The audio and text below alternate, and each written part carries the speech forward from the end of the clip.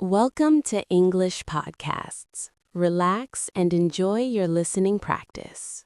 My name is Daniel Mercer, and for most of my life I have studied the silent evidence of worlds that disappeared long before the first human ever looked at the horizon.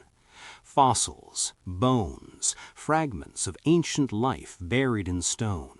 These are the traces we follow when we try to understand Earth's forgotten past.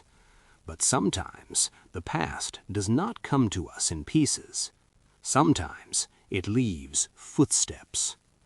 I first heard about the discovery early one cold morning while working with our research group on Triassic formations along the coast of South Wales. The call was brief, almost uncertain. A local family had reported unusual shapes in the rock at Lavernick Point. At first, it sounded like the kind of thing we hear all the time. Erosion patterns, strange cracks, maybe the remains of an old quarry. But something about the description stayed with me. So later that day, as the tide began to pull away from the shore, I made my way down the narrow coastal path toward the beach. The cliffs above Lavernick are ancient themselves, layers of red and gray rock formed more than 200 million years ago. Wind moves constantly along that coastline, carrying the smell of the sea and the distant echo of waves breaking against stone. It is a place where time feels unusually close, as if the boundary between past and present has grown thin. When I reached the exposed rock shelf, the tide had already retreated far enough to reveal the surface where the discovery had been reported. At first glance, the ground looked completely ordinary, but then I saw them. 5 enormous impressions pressed deep into the stone, arranged in a perfect line across the ancient surface. They were unmistakable, not random, not accidental, but deliberate marks left by something that had once moved slowly across soft mud long before this coastline even existed. I stepped closer and crouched beside the first track. Even after millions of years, the shape was still clear. A broad, rounded footprint, heavy and powerful, with the faint structure of toes preserved in the rock. Each step separated from the next by a distance that immediately told us something extraordinary about the animal that made them. This creature had not been small.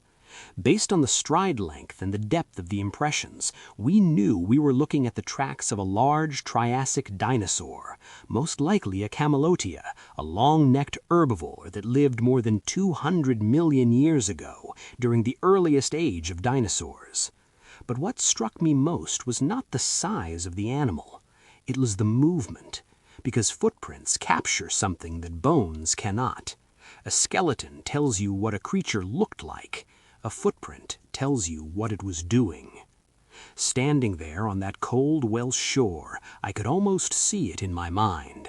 A massive animal walking slowly across a warm prehistoric lagoon, its weight pressing into soft mud as it moved across the landscape. One step, then another, leaving behind a path that would slowly harden under the sun, buried layer by layer beneath sediment, stone, and time itself.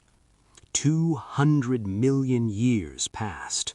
Mountains rose and eroded, oceans shifted, entire species came and disappeared, and still those footsteps remained, hidden beneath the surface of the earth, waiting for the ocean to cut back the cliffs, waiting for the tide to pull away from the shore, waiting for someone on one quiet day in the present to notice them again.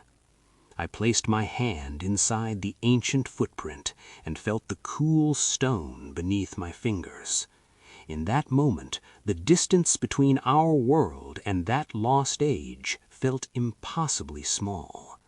Because those were not just fossils, they were evidence of a journey. And after 200 million years of silence, we had finally found the path.